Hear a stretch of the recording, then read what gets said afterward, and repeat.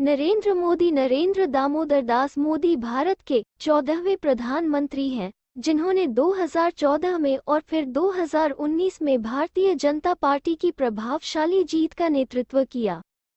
मोदी के बारे में एक दिलचस्प तथ्य ये है कि वो पहली बार विधायक के रूप में गुजरात के मुख्यमंत्री बने।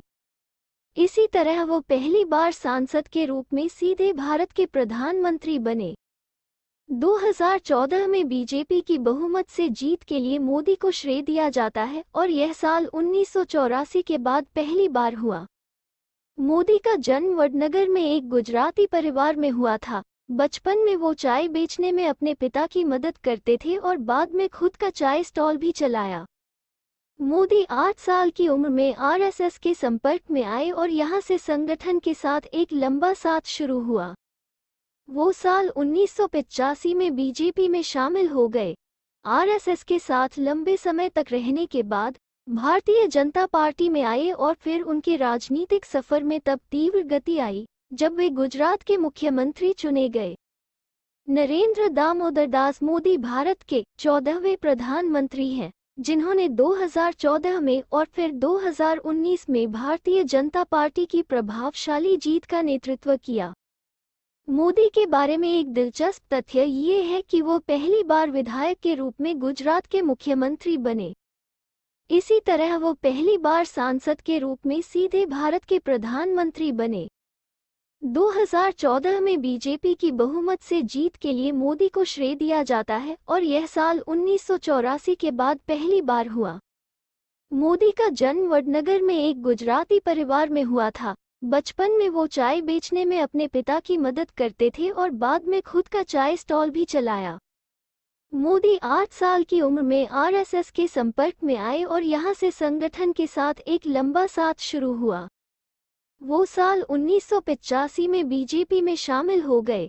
आरएसएस के साथ लंबे समय तक रहने के बाद भारतीय जनता पार्टी में आए और फिर उनके राजनीतिक सफर में तब तीव्र गति आई जब वे गुजरात के मुख्यमंत्री चुने गए। इंडिया टुडे द्वारा 2007 के एक राष्ट्रव्यापी सर्वेक्षण में मोदी सर्वश्रेष्ठ मुख्यमंत्री साबित हुए। टाइम मैगजीन के एशियाई संस्करण के कवर पेज पर दिखाई दिए। 2014 में CNN IBN न्यूज नेटवर्क द्वारा इंडियन ऑफ द ईयर चुने गए।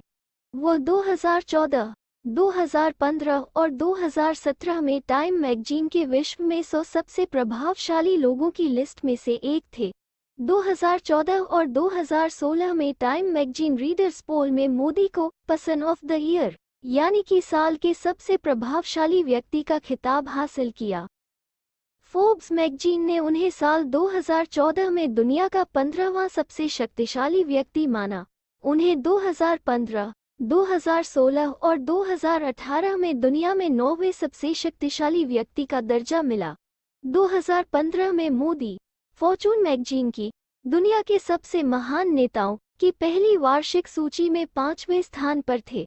अपनी प्रीमियरशिप के दौरान भारत 2018 में विश्व बैंक द्वारा बिजनेस रैंकिंग की लिस्ट में 100वें स्थान पर पहुंच गया। 2019 30 मई को नरेंद्र मोदी ने फिर से प्रधानमंत्री पद की शपथ ली और 31 मई को कैबिनेट का विस्तार किया।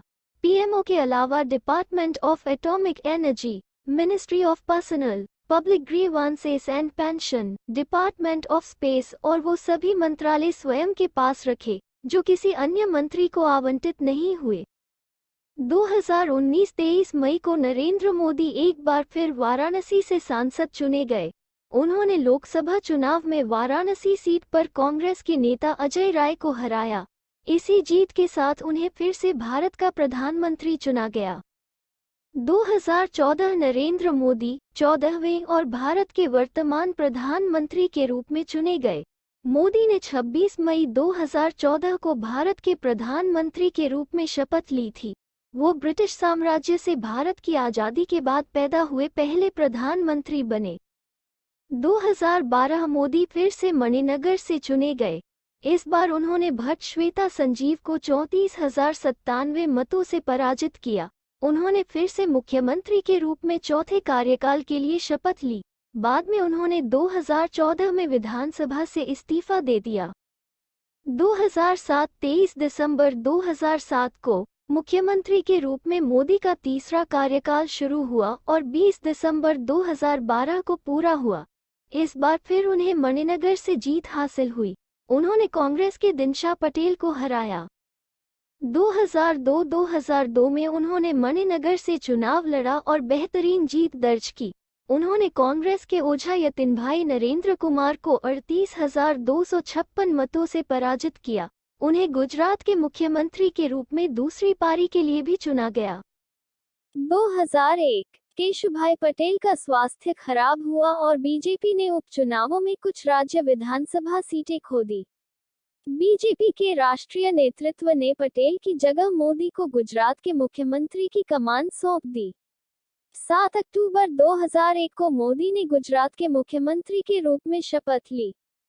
24 फरवरी 2002 को उन्होंने राजकोट द्वितीय निर्वाचन क्षेत्र में उपचुनाव जीता।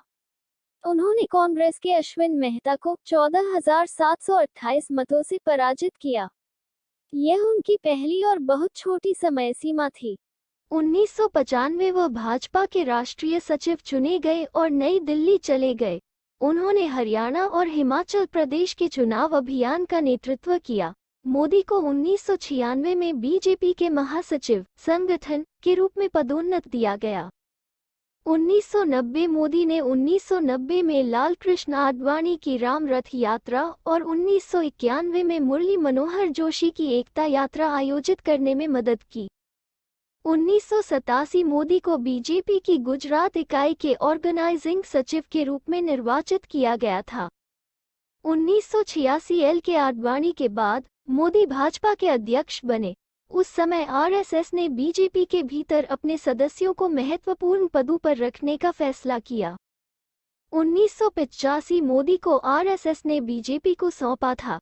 बाद में 1987 में मोदी ने अहमदाबाद नगरपालिका चुनाव में बीजेपी के अभियान को व्यवस्थित करने में मदद की और बीजेपी ने चुनाव में जीत दर्ज की। 1979 में वह आरएसएस संभाग प्रचारक बन गए। सूरत और वडोदरा के क्षेत्रों में आरएसएस गतिविधियों से जुड़ गए। वह दिल्ली में आरएसएस के लिए काम करने गए, जहां उन्हें आपातकाल के इतिहास के बारे में आरएसएस के संस्करण का शोध और लेखन के लिए रखा गया था। 1978 वे आरएसएस के संभाग प्रचारक बने। सूरत एवं वडोदरा में होने वाले संघ के कार्यक्रमों में वे बढ़ चढ़कर हिस्सा लेने लगे। 1975 आरएसएस द्वारा नरेंद्र मोदी को गुजरात लोक संघ समिति का महासचिव नियुक्त किया गया था। आपातकाल के दौरान गिरफ्तारी से बचने के लिए मोदी को अंडरग्राउंड होने के लिए मजबूर होना पड़ा। वो सरकार का विरोध करने वाली पैम्फलेट की प्रिंटिंग में शामिल थे।